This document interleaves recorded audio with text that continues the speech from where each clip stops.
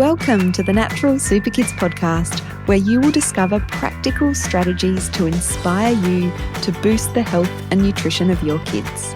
I'm Jessica Donovan, a qualified naturopath specialising in kids' health, and I want to make it as easy as possible for you to raise healthy and happy kids. Let's get into it.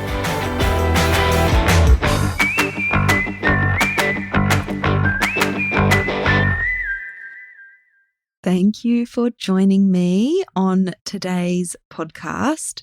We are talking about a really important topic, and that is children's mental health and their mood, and specifically how your child's gut health influences their mood and mental health. I find this topic fascinating, and I am excited to talk about it with you today. And I say that it's important because the rates of mental health conditions and issues in our kids is skyrocketing for various reasons. And it's something that we need to talk about. And I think as parents, it's a real worry when our kids are struggling with mental health issues, whether it's anxiety, whether it's depression, whether it's self-harm.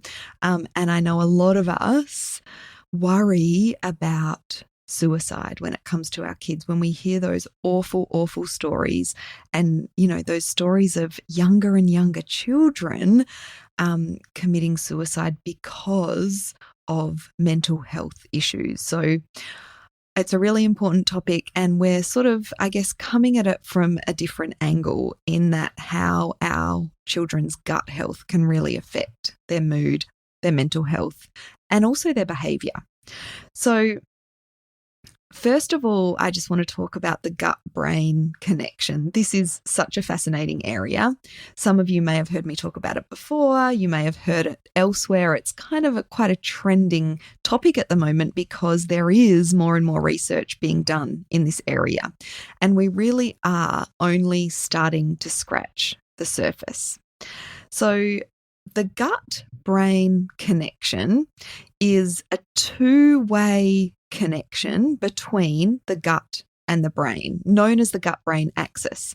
So your brain can affect your gut and your gut can affect your brain.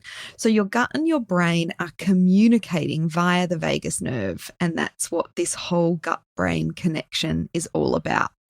So what you need to know here is that gut health can have massive implications and influences for our children's mood, their mental health, and their brain function. And this goes for adults as well.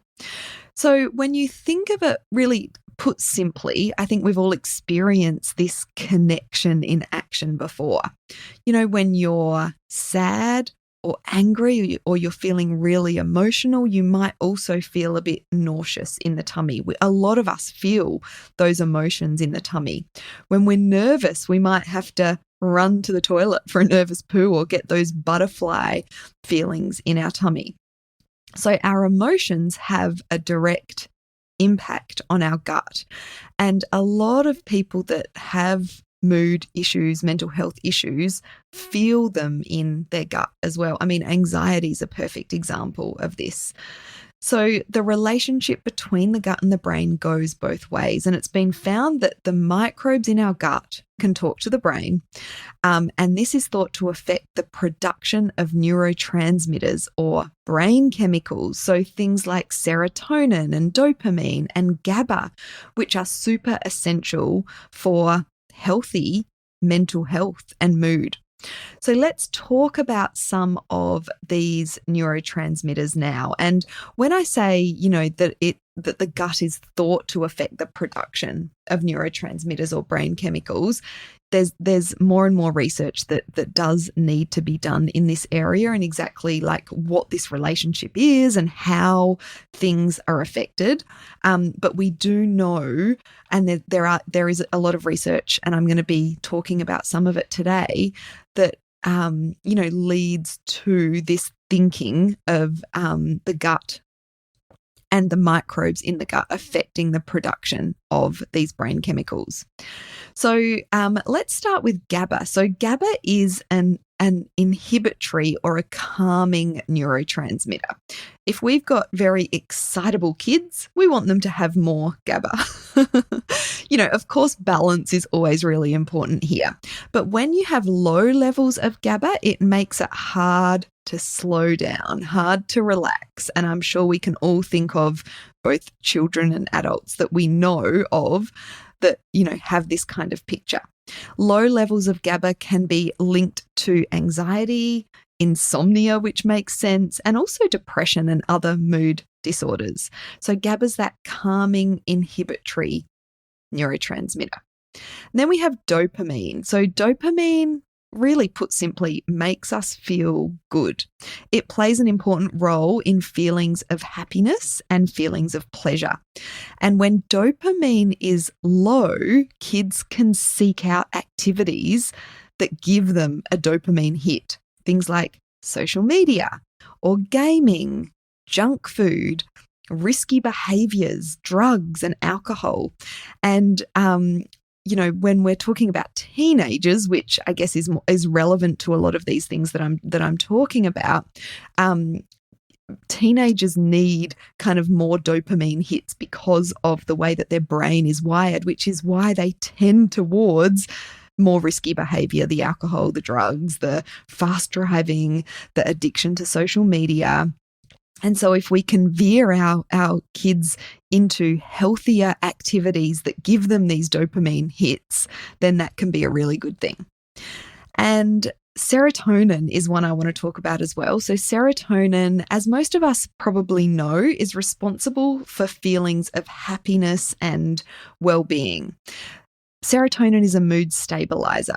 And if your microbiome, the little ecosystem within your gut is in a state of imbalance or dysbiosis, you will have impaired capacity to make and utilize serotonin. In fact, the gut produces up to 95% of the serotonin in our bodies, and a lot of antidepressant medications and pharmaceutical drugs are working on serotonin in some way or another.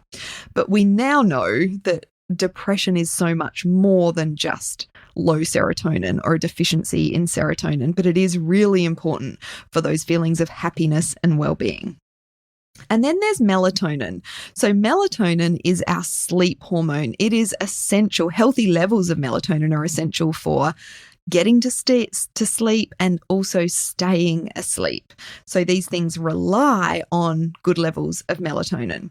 And melatonin is dependent on good levels of serotonin. So serotonin converts to melatonin. So you can see how, if we've got that unhealthy gut microbiome, we might have a reduction in the amount of serotonin that's being produced, which leads on to potential issues with melatonin as well. And that link between serotonin and melatonin does make sense when you think about, a lot of people with low mood or depression also have sleep issues too. The other really interesting thing about melatonin is it contributes to a healthy gut. So it's like a big cycle. We need melatonin for a healthy gut, and low levels of melatonin have been associated with leaky gut or intestinal permeability.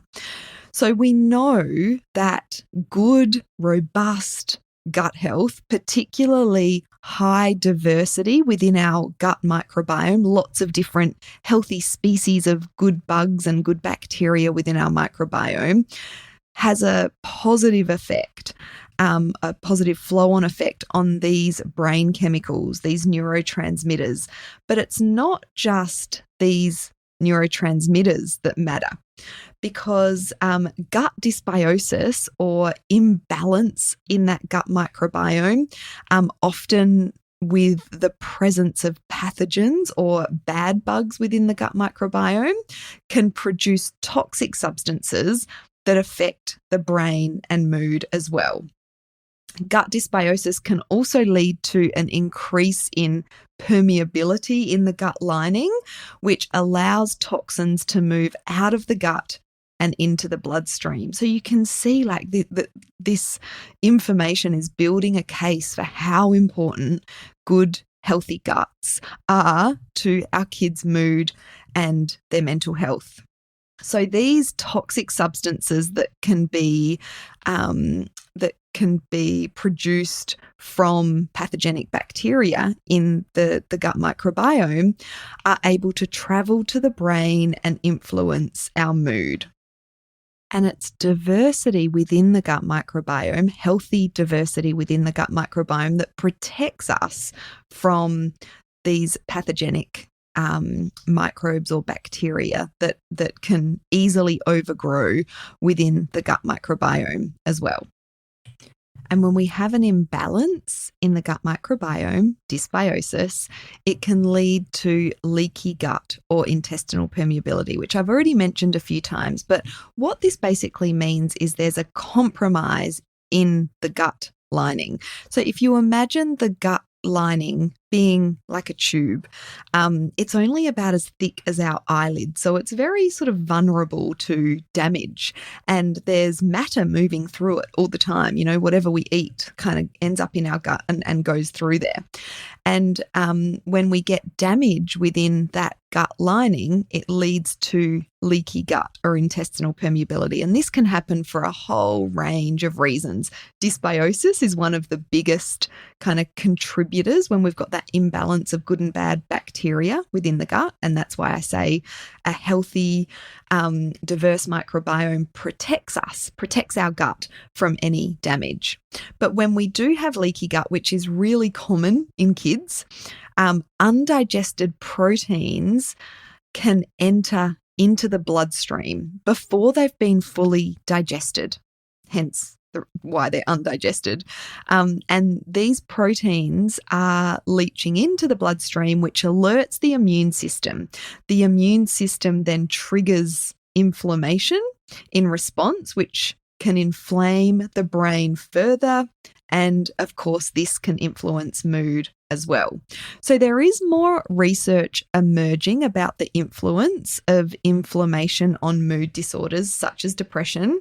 And naturopathically, you know, it's a major focus for us when it comes to treating and also optimizing mental health. We want to be reducing inflammation overall. I mean, inflammation is such a huge problem when it comes to our Western diet, our Western lifestyle. There's so many factors that are driving inflammation, things like stress and our Western diet that's full of processed food and omega-6 seed oils, refined foods, sugar.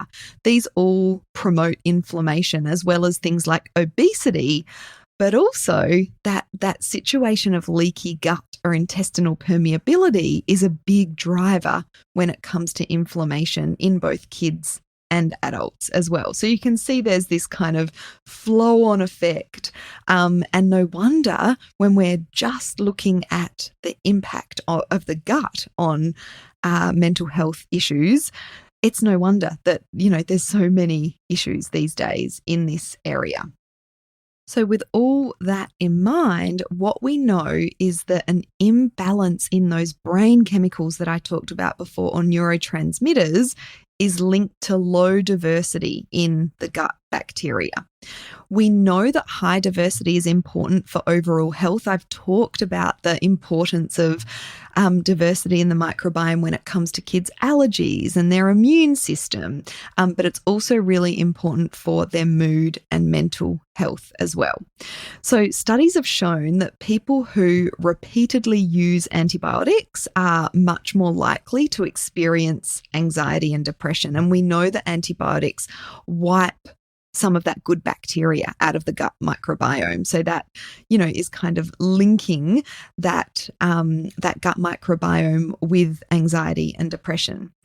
There's been animal studies that are really interesting to show that transplanting fecal matter from a depressed adult into a mouse could bring on depressive symptoms. Isn't that fascinating? and that's just fecal matter that contains the bugs from the microbiome. But when they transplanted the fecal matter from someone who was not depressed, there was no changes to the mouse. This shows that the state of the gut bacteria can have a significant influence on the brain. And another study found that adding a good strain of bacteria, one of the healthy, beneficial strains of bacteria, to the guts of mice reduced their anxiety levels.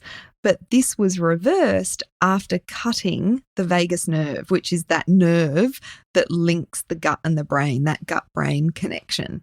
So there's just, there's a lot of really interesting research. We're only scratching the surface, but we do know that there are a number of roles that gut health plays in our kids' mental health and their mood. So gut health should always be a consideration if you are dealing with mental health issues, or if you just want to really, take that preventative approach to make sure that your kids' mental health and mood is as healthy as possible, then we need to make sure that their gut microbiome is as healthy as possible as well. I really hope that you have enjoyed this episode, this fascinating area, diving into, how our kids' gut health impacts their mood, their behaviour, their mental health.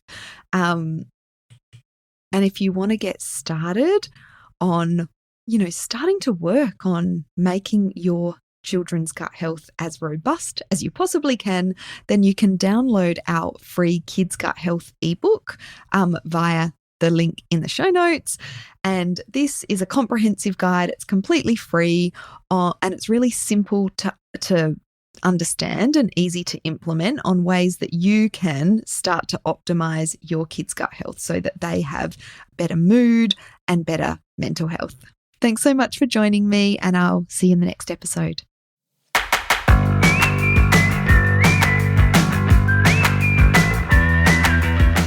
Thank you so much for joining me on the podcast today. Head on over to our website, naturalsuperkids.com, for the show notes for this episode, as well as a whole heap of inspiration to help you raise healthy and happy kids. I'll see you next week.